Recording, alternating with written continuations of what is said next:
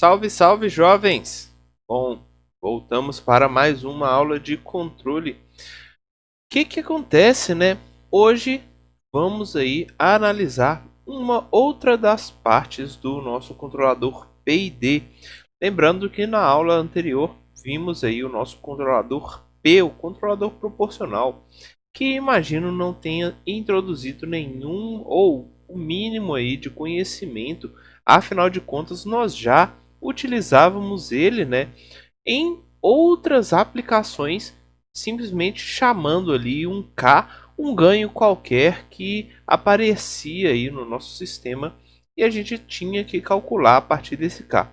E aí, na aula passada, nós verificamos quem que era esse K, ou quem poderia ser esse K, que na verdade era o nosso ganho KP, e tem a possibilidade aí de ser um ganho KP, um ganho proporcional. Hoje vamos aí analisar os nossos controladores integral, a parte integral desse nosso controlador PID.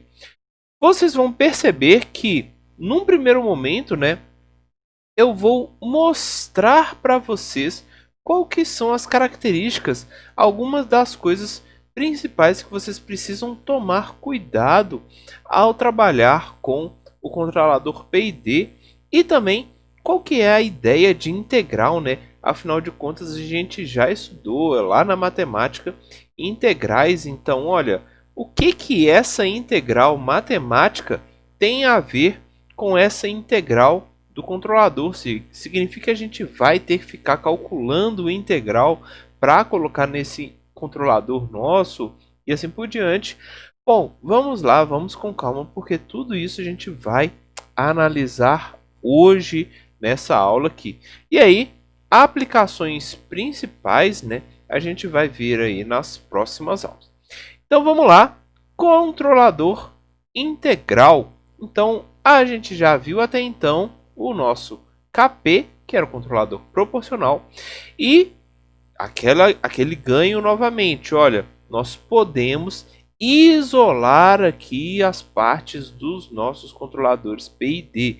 Então, vamos desconsiderar a parte proporcional, vamos desconsiderar também a parte derivativa desse nosso PID e vamos focar somente, exclusivamente no nosso ganho integral. Então, vamos lá, vamos estudar qual que é o ganho, quais são as principais características ao introduzir essa integral nos nossos sistemas. Então, olha só, quando a gente fala que a gente está ignorando, novamente, ignorar significa fazer com que o nosso KP seja igual a zero e fazer com que o nosso ganho KD seja também igual a zero. Se eles são iguais a zeros, significa que a gente vai ter como resultado somente essa parte aqui do meio, somente o nosso KI sobre S. E aí já fica uma informação extremamente útil para vocês.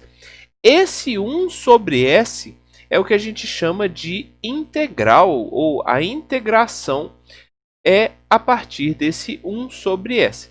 Então, qualquer local que vocês observarem, se vocês aplicarem lá aqueles cálculos das transformadas, vocês vão ver que a integral ela vai introduzir aí, vai ser representada a partir de 1 sobre S. Então, esse 1 sobre S, ele vai ter como função a integralização ou integrar o nosso sinal.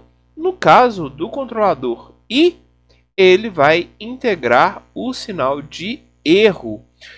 Bom, vamos lá, vamos tentar relembrar aqui algumas coisas. Primeiramente, o que é integrar?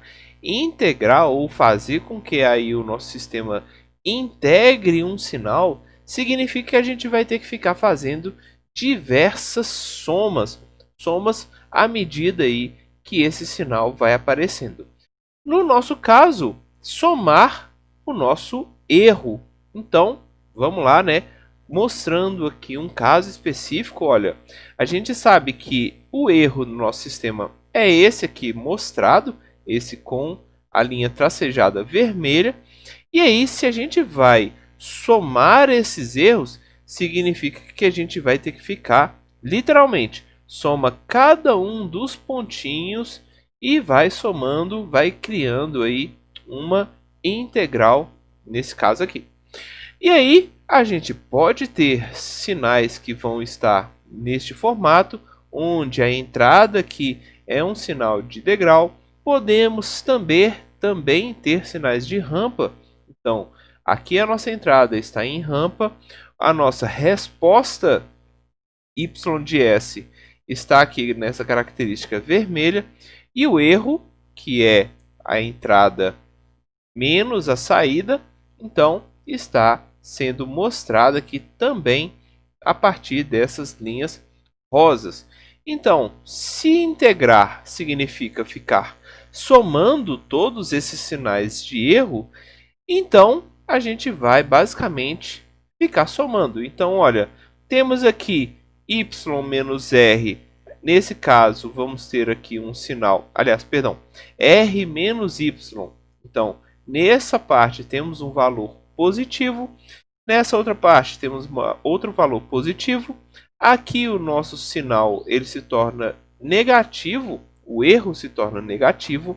Aqui a gente vai ter alguma coisa positiva, positiva, positiva e assim por diante. Agora, percebam uma característica muito importante nessa ideia de ficar integrando o erro.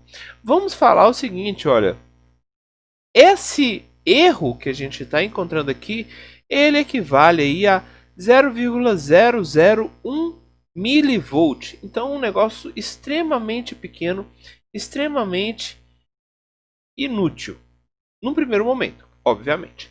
E aí a gente vai ter 0,001, 0,002, 0,003, 0,004. E à medida que o valor vai aumentando, que o tempo vai passando, essa integral ela vai aumentando de amplitude. Então, algo que num primeiro momento era 0,001 milivolt, após um tempo aí a gente já vai começar a ter valores de grandezas, né, de amplitude próximos de volt. Então, olha, quando a gente está atuando, quando o controlador está falando, olha, o meu sinal de erro está chegando aí em milivolts, o meu atuador muitas vezes não percebe essa pequena variação.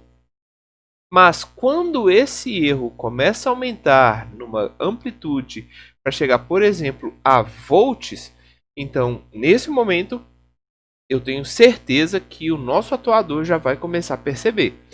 E aí, se ele começa a perceber, então ele vai ter como resultado criar aí uma atuação. Ou seja, a ideia da integral desse nosso erro é fazer com que aqueles erros que num primeiro momento eram muito pequenos comecem aí a ter a sua relevância, comecem aí a, após um determinado tempo, né, pode ser um tempo muito grande, mas uma hora eles vão ter um valor relevante. A gente vai juntando aqueles pouquinhos e pouquinho e aí a gente vai apresentar um valor grande o suficiente para que o nosso atuador consiga perceber e consiga atuar sobre esse erro.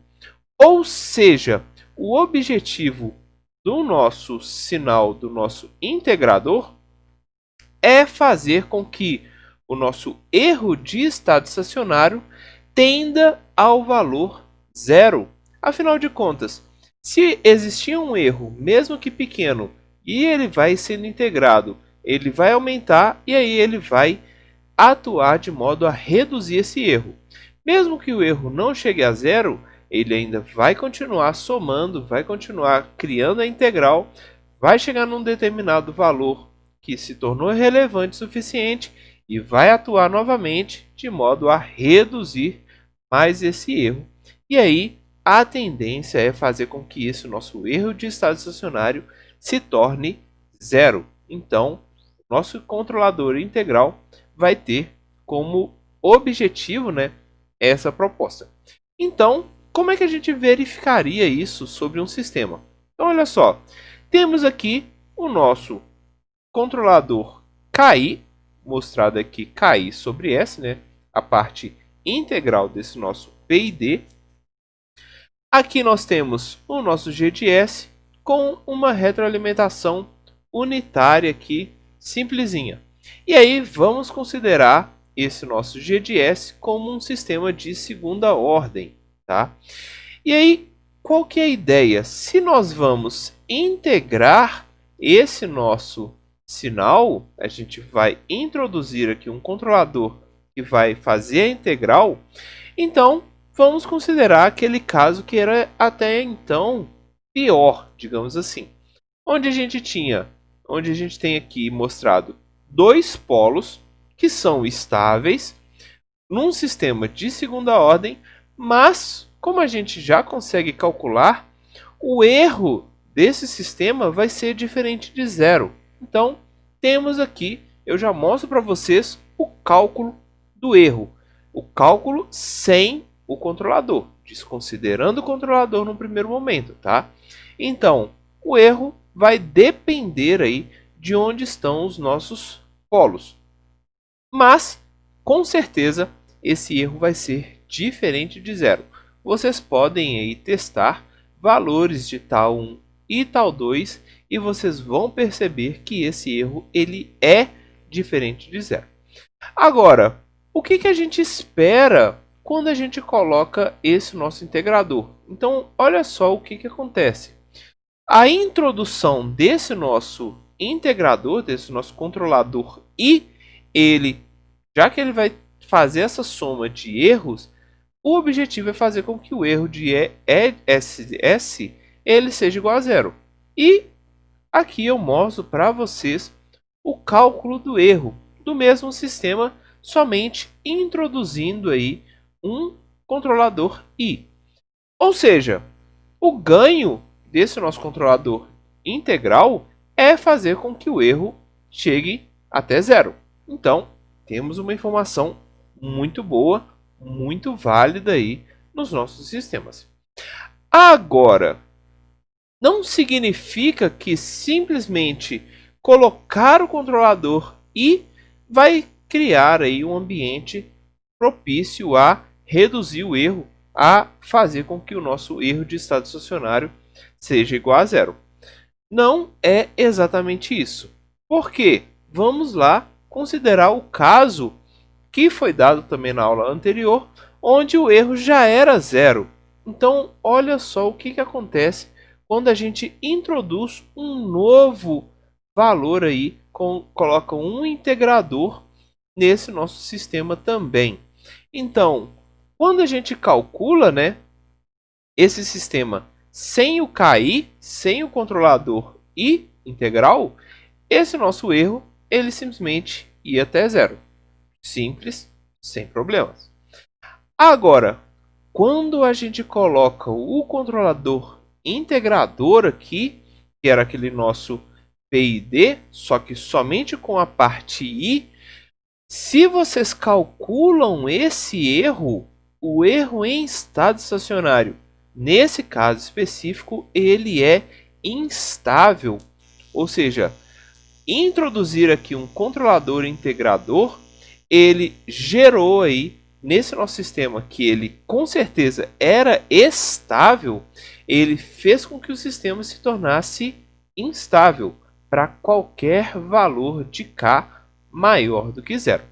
Então, temos também alguns problemas associados a esse nosso controlador I. Se vocês tiverem curiosidade para verificar por que isso aconteceu, sugiro aí desenhar o lugar das raízes para vocês verem o que aconteceu na verdade ao introduzir esse nosso controlador integrador. Beleza? Mas vamos lá, vamos avançar o nosso conhecimento. Afinal de contas, temos aí ainda o nosso controlador D. A gente precisa também estudar, a gente precisa entender qual que é o ganho desse nosso controlador D. Mas além disso, a gente vai ter aí algumas associações e também vão ser importantes. Cada associação vai criar aí características diferentes. Mas vamos lá, isso é tema para as próximas aulas. Valeu, gente, até a próxima.